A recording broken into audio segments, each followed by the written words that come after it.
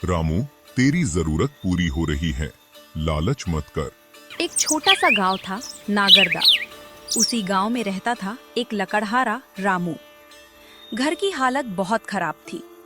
रामू दिन भर मेहनत करता, लेकिन उस मेहनत से घर मुश्किल से ही चलता था। कभी कभी किस्मत ऐसे मोड़ लाती है जहां इंसान का इरादा टूट भी सकता है और वही इरादा उसे और मजबूत भी बना सकता है। रामू एक ऐसा ही आदमी था। गरीबी उसके पीछे ऐसे लगी थी जैसे परछाई। रामू, कुछ दिनों से मेरी तबीयत बहुत खराब चल रही है। पता नहीं अब जिंदा रह पाऊंगा या नहीं। आप ऐसी बातें क्यों कर रहे हैं दादाजी?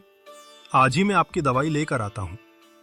अजी सुनते हो, आज चूल्हा भी नहीं जलेगा। आटा खत्म, दाल खत्म और जलाने की लकड़ी भी नहीं बची। बाबा, मेरी स्कूल फीस कई महीनों से नहीं भरी गई है। स्कूल ने बोला है कि कल तक फीस नहीं लाए तो मेरा नाम काट दिया जाएगा। चिंता मत कर बेटी, आज मैं बहुत मेहनत करूंगा और तेरी फीस जरूर भर दूंगा। लेकिन अंदर ही अंदर रामू सोच रहा था कि पैसा आएगा कहां से। धीरे से जमीन पर बैठ जाता है, आंखों से आंसू निकल आते हैं। तुम रोज इतनी मेहनत करते हो, फिर भी घर चल नहीं पाता। हम क्या करें? अगर आज भी खाली हाथ लौट आया तो शायद खुद को माफ नहीं कर पाऊंगा। फटे जूते पहनकर रामू जंगल की ओर चल पड़ता है। थकान, भूख, दर्द, सब कुछ उसके ऊपर पहाड़ की तरह टूट पड़ा था।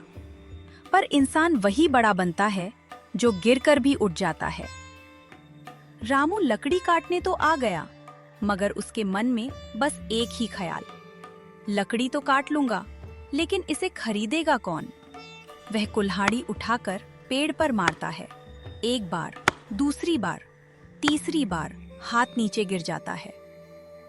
हाय राम, खाली पेट में काम करना कितना मुश्किल है, लेकिन अपने परिवार के लिए आज लकड़ी काटनी ही पड़ेगी। बेचकर कुछ तो पैसा मिलेगा।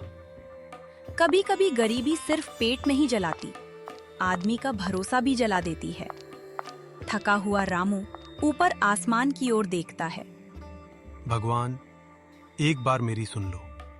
तभी अचानक एक साधु महाराज उसके पास आते हैं। रामू बेटा, क्या हुआ? तू बहुत परेशान लग रहा है।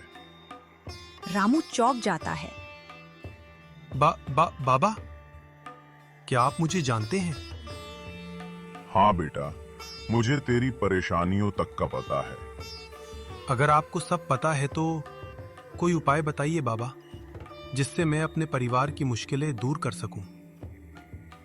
बेटा, तू रात सोने से पहले सच्चे मन से भगवान का नाम लेना। भगवान ही तुझे तेरी गरीबी से निकलने का रास्ता बताएंगे। रामू खुश तो हुआ, लेकिन सोचने लगा, क्या बाबा की बात सच हो सकती है? पर विश्वास करने के अलावा उसके पास कोई रास्ता भी नहीं था। वह घर की ओर निकल पड़ता है। रास्ते भर बस एक ही डर, अगर बाबा की बात गलत निकली तो मेरा परिवार। घर पहुंचते ही चुपचाप सो जाता है, न खाना न बात। मीना सोचती रही, आज रामू ने कुछ खाया तक नहीं, लगता है बहुत टूट गया है।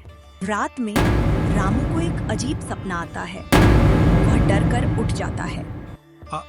ये कैसा सपना था? क्या बाबा सही कह रहे थे? रामू कुछ देर तक बेचैन रहता है, फिर सोचकर लेट जाता है। जो होगा सुबह देखा जाएगा। अगली सुबह रामू बिना किसी से कुछ कहे अपनी कुल्हाड़ी उठाकर जंगल की ओर निकल पड़ता है। जैसा सपने में देखा वैसे ही रास्ते पर चलता हूँ। धीरे धीरे जंगल के अंदर जाता है और अचानक एक अजीब सा चमकता हुआ पेड़ दिखता है। उसी समय एक भारी आसमानी आवाज आती है। रामू घबरा जाता है। कौन है? मैं जादुई पेड़ हूँ। तू सच्चे मन से आया है, भूखा है, थका है, परेशान है। बोल, तुझे क्या चाहिए? तेरी मेहनत और ईमानदारी ने मुझे पुकारा है। मेरी बेटी भूखी सोती है पेड़ देव, मेरे बूढ़े दादा दवाई बिना तड़प रहे हैं। कृपा करके मेरी मदद कर दो। हर सुबह यहाँ तेरे लिए एक सुनहरी लकड़ी रखी होगी। उसे बेचकर तू अपना घर चला सकेगा। लेकिन याद रखना, लालच मत करना, वरना ये वरदान हमेशा के लिए खो जाएगा। मैं वचन देता हूँ पेड़ देव। खुशी से घर लौट जाता है। अगली सुबह रामू दौड़ता हुआ पेड़ के पास पहुंचता है। जैसे ही वह आगे बढ़ता है, एक चमकीली सुनहरी लकड़ी प्रकट होती है। हे भगवान, ये तो सच में सोना है। वह लकड़ी उठाता है और बाजार पहुंचता है। अरे ये लकड़ी नहीं, सोना है। कहाँ से लाए हो? मेहनत का फल है भाई। उस दिन घर में महीनों बाद पहली बार अच्छा खाना बनता है। रामू ने दादा की दवाई खरीदी और उसकी छोटी बेटी के लिए नई यूनिफॉर्म लाई। घर में सबकी छोटी छोटी ख्वाहिशें पूरी होने लगीं। रामू, आज इतने दिनों बाद घर में अच्छे खाने की खुशबू आई है। बाबा, अब मैं स्कूल जा सकती हूँ? हाँ बेटी, अब कोई नहीं रोकेगा। धीरे धीरे गांव में बातें शुरू होने लगी। अरे, रामू अचानक अमीर कैसे हो गया? कहीं चोरी वोरी तो नहीं करता?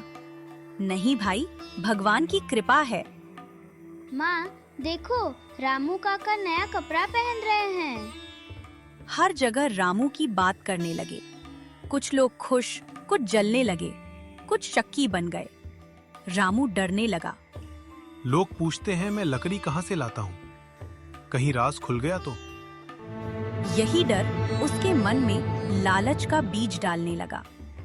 रामू सोचता है, एक लकड़ी से घर चलता है, अगर दो मिल जाए तो गोरी की शादी, बड़ा घर, सब जल्दी हो जाएगा। वह पेड़ के पास जाता है। पेड़ देव, क्या मुझे 2 लकड़ियां मिल सकती हैं?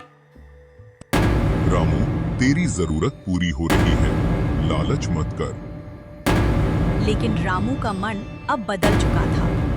वह धीरे धीरे जड़ों के पास जाकर खुद लकड़ियां खींचने की कोशिश करता है और पलक झपकते ही पेड़ काला पड़ जाता है। चमचमक गायब, लकड़ियां राख बन जाती हैं। गूंजती हुई आवाज आती है, तेरा वचन टूट गया रामू, आज से तेरे लिए कोई वरदान नहीं। रामू घुटनों के बल गिर जाता है। पेड़ देव, एक मौका और दे दो।